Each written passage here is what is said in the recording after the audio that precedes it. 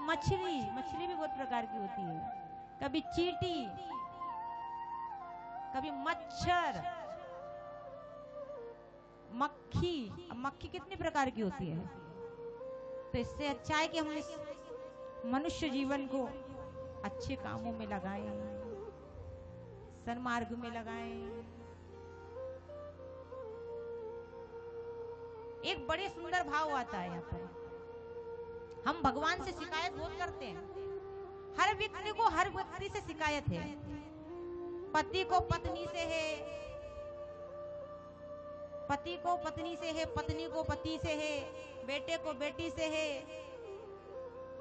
सबसे शिकायत है। हम भगवान से भी शिकायत करते हैं। एक व्यक्ति था तो भगवान से शिकायत करता रहता था, हे भगवान तेरी ये कैसी लीला है, तूने कैसा संसार बनाया।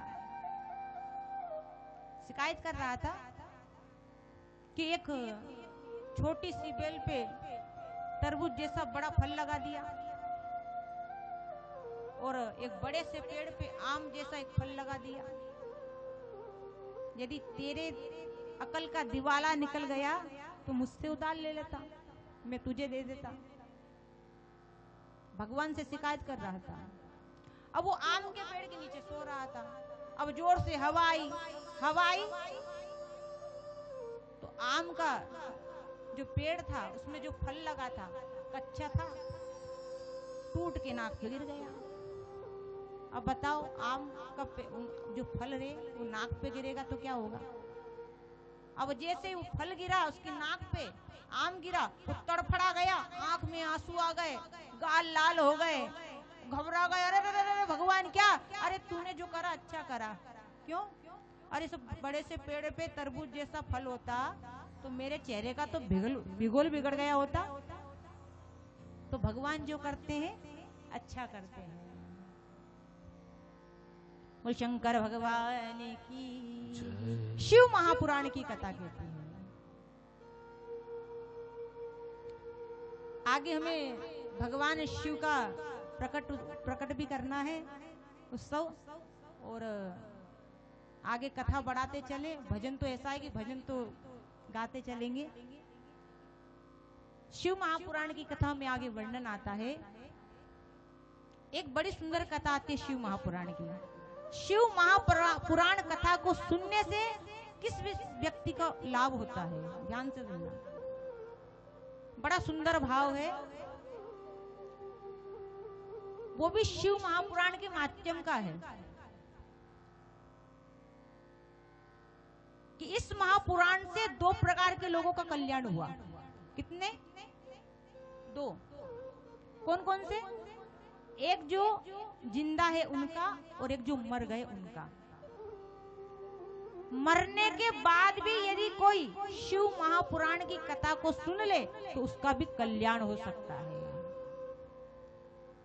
ध्यान से सुनना, बड़ी महत्वपूर्ण बात है। अब यहां हमें मृत्यु के संदर्भ में समझना होगा। जो मनुष्य अकाल मृत्यु मरता है उसे भूत प्रेत पिशाच की योनि में जाना पड़ता है,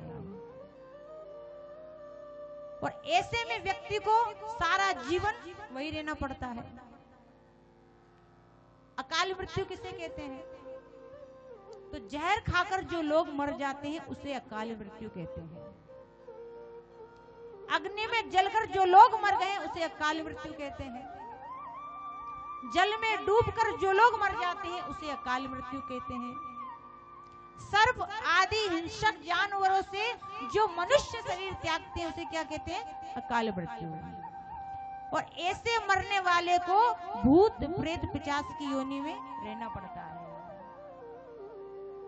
लेकिन इससे भी खतरनाक कोई मौत है तो क्या है पता है? सुसाइड, आत्महत्या। देखिए, रोग से मर गए हमारा बस नहीं था, एक्सीडेंट में मर गए हमारा बस नहीं था, जल में डूबकर मर गए हमारा बस नहीं था, लेकिन जानबूझकर मर गए इसमें तो हमारा बस था। भगवान कहते हैं शिव पुराण कहती है कि भगवान के दिए हुए सुंदर उपहार का हम अपमान कर रहे हैं। इस सुंदर उपहार से हमें क्या करना चाहिए? ज्यादा से ज्यादा भगवान का भजन करो और सुमिरन करो।